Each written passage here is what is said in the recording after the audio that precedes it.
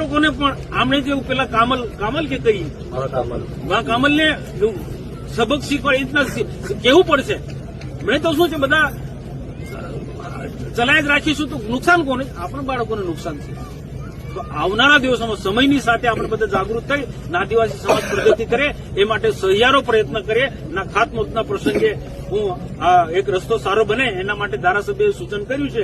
તો હું પણ એ જ વાત કહું છું કે રસ્તો સારો બને, બધા જ રસ્તા સારા બને.